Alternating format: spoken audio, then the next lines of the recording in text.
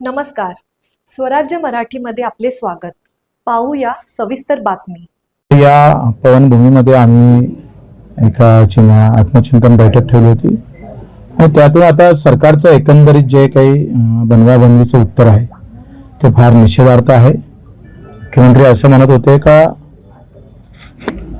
दुष्काळ पडला तर मग आपण कर्जमाफीचा विचार करू, परंतु बोलताना निवडणुकीमध्ये ते असं कधीच बोलले नाही. कर्ज सातबारा कोरा कोरा म्हणणारे मुख्यमंत्री आज आम्हाला गणित सांगत आहे समजून. खरं तर दुष्काळापेक्षा जास्त झड कमी भावानं भेटते. हातात आलेलं पीक जेव्हा कवडीमोल मातीच्या भावात विकावं लागतं, मुख्यमंत्री महोदय ते दुष्काळापेक्षा जास्त चटके देणारे असतं. याचा अधिक अभ्यास करा आणि पुन्हा कर्जमाफीचा विचार करा. या चिंतन बैठकीत हे ठरलंय का निवड कर्जमाफीची नाहीच तर हमी भावाची आणि पेरणी ते कापणीपर्यंत सगळी कामं एमआरएसएस मध्ये दोन पैकी एक काही करा. एकतर हमी भावाच्या कायदा करा आणि त्या कायद्याखाली सगळ्या हमी भावाची दुरुस्ती करून 50% नफा धरून हमी भावाचा कायदा करावा आणि सगळ्या हमी भावाच्या खाली एकही दाना विकला गेला नाही पाहिजे. एकर कैची खबरदारी घ्यावी, नाहीतर पेरणी ते कापणीपर्यंत सगळी कामं एमआरएसएस मध्ये करावे. मेंढपाळ असेल, मच्छीमार असेल आणि दिव्यांगाचे काही प्रश्न असेल हे लगेच आम्ही त्यांना काही दिवस अजून देतो आहे.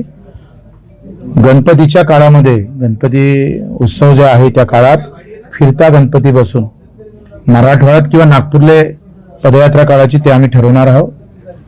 हा फिरता गणपती कुठे विसर्जन करायचं ते निश्चित नाही, परंतु फिरता गणपतीचं आम्ही पाहतोय तिथे आम्ही स्थापना करू आणि विसर्जन मात्र पदयात्रेनंतर ठरवू.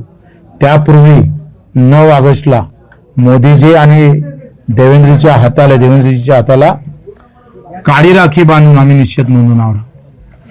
28 लोकांसाठी सिंदूर यात्रा आपण काढली, ते चांगलंच झालं, पण 6 लाख शेतकऱ्यांच्या आत्महत्या झाल्या. त्याच्या सिंदुराबाबत आपण अजूनही विचार करत नाही. त्याच्या आयुष्यात येणारा काळोखाची रात्र संपली पाहिजे.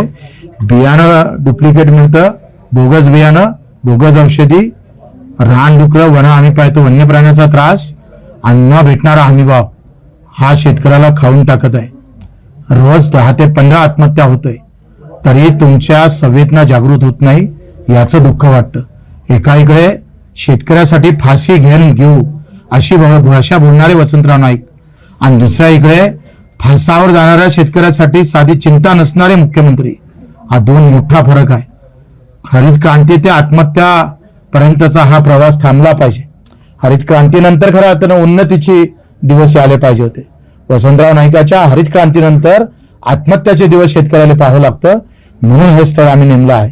स्वराज्य मराठी, बातमी नाही जबाबदारी. चॅनलला लाईक करा, शेअर करा आणि सबस्क्राईब करा.